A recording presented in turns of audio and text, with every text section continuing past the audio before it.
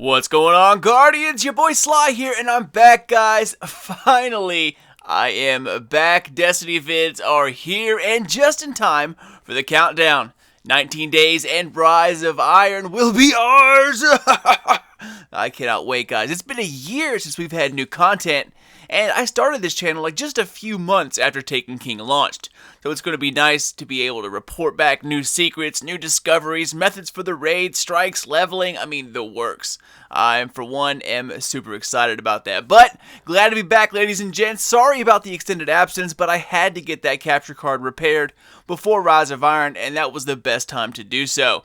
Although it was killing me to see, Gamescom, Xurs going by, all the other stuff, and not being able to make vids about it. So once again, thank you all for hanging in there and staying loyal even when I couldn't be making vids every day. That is just effing awesome. Speaking of awesome, we just passed 10,000 subscribers a few days ago, guys, and that is simply amazing. The giveaway is up, and you can click this link right here, or you can check it out in the description box below. It's open to all subscribers of Sly Nation.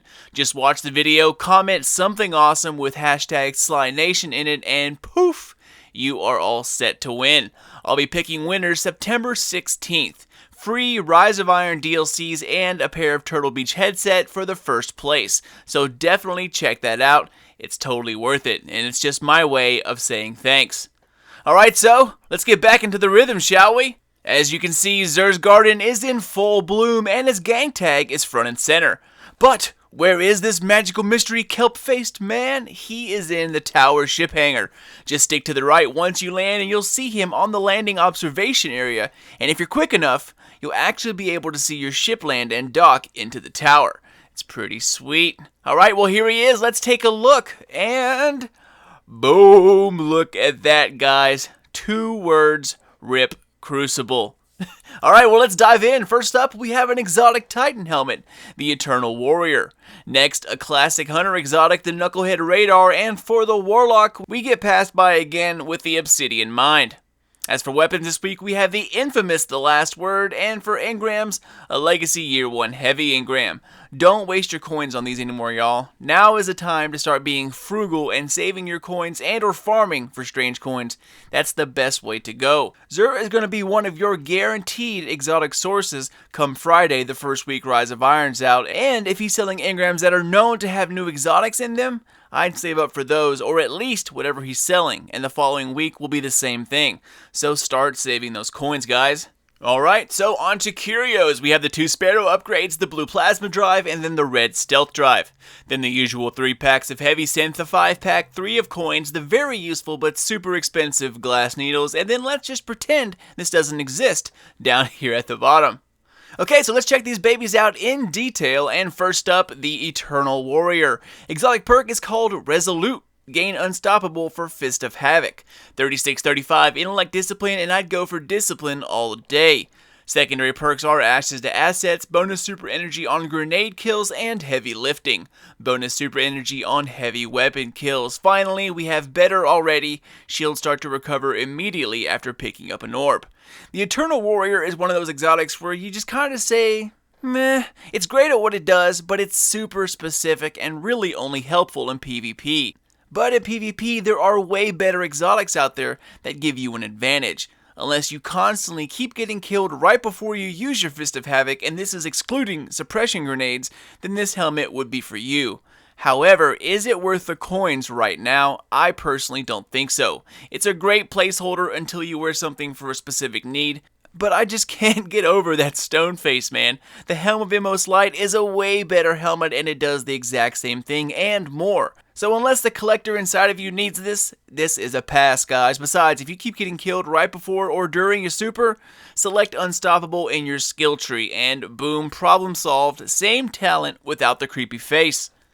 Alright, next up, let's check out a Year 1 classic, the Knucklehead Radar. Exotic perk is called Sensor Pack. Radar remains visible while aiming primary weapons. 36-36 intellect strength, and you can bump one up just a wee bit higher. Secondary perks are Inverse Shadow, increased super energy gain from killing minions of darkness, and Ashes to Assets, bonus super energy gain from grenade kills, and finally the most hated helmet perk in the game, Invigoration, bonus melee energy on orb pickup. Now this helmet has always been useful in PvP, and having your radar on while aiming primaries is a huge help in being aware of your surroundings. It matches with your shaders, and the focusing effect on the helmet is pretty sweet. However, it is pretty specific, so it's one of those occasions where I would only buy it if you really need it.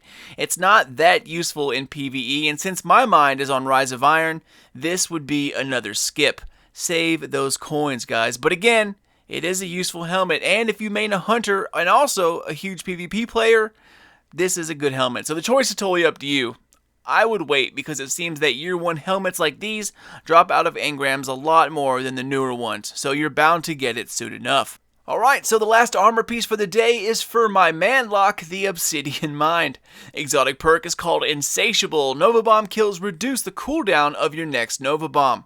35-31 intellect discipline, and I would go intellect all day.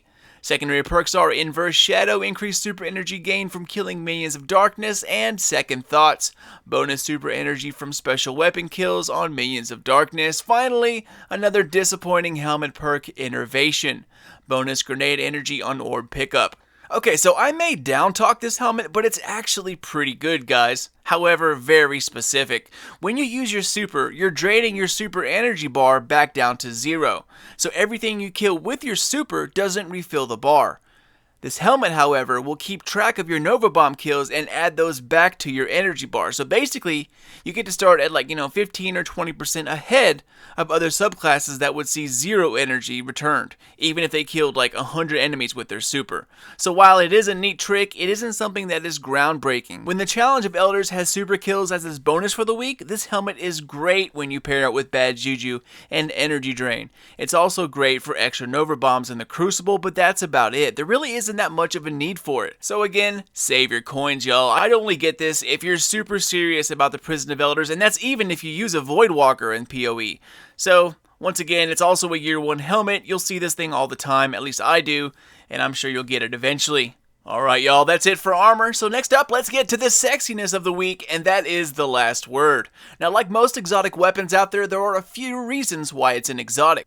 First is that it shoots in fanfire. Basically, it's full auto for the user. Second reason is that its self-titled perk, the last word, improves stability and target acquisition when firing from the hip. As for barrel upgrades, we have soft ballistics, smart drift control, and then aggressive ballistics. Go soft ballistics all the way. Before, this gun was completely different, and aggressive ballistics was the way to go. But it's basically been overhauled, which I'll get to here in a second. Secondary perk is hip fire. This weapon has bonus accuracy while firing from the hip. And then finally, the middle row of passive perks, we have single point sling, high caliber rounds, and then perfect balance. The last word is still a complete beast to be reckoned with. It used to be totally unstoppable, and literally everything on here besides hipfire and single point sling has been changed or nerfed. The last word perk used to do bonus damage when firing from the hip, and aggressive ballistics gave it more range and impact at the cost of stability. High caliber rounds also gave it a lot more impact, and perfect balance saw a nerf back in April. Together, this toned down the last word by a huge amount. But don't let that fool you guys, this is still a beast. It has a hard learning curve, but after about 3 to 4 days of practice, one day you'll just pick it up and start wrecking with it. There's like this aha moment, if you will. If you don't have this and you're a heavy PvP player, definitely grab it because it still has the fastest time to kill in the game.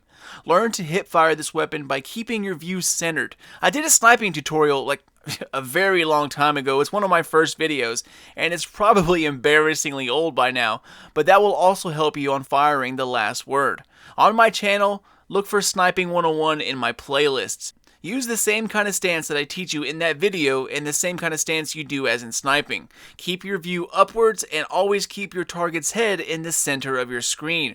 Once you have that stance down and pat, centering your view will quickly become natural. So that means quickscoping and the last word hipfire will become way easier.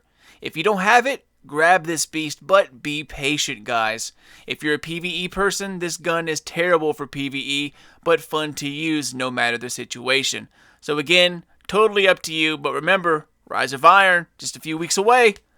Alright y'all, well, that is it. Another Xur in the books, and we only have 2 more Xursdays left until Rise of Iron.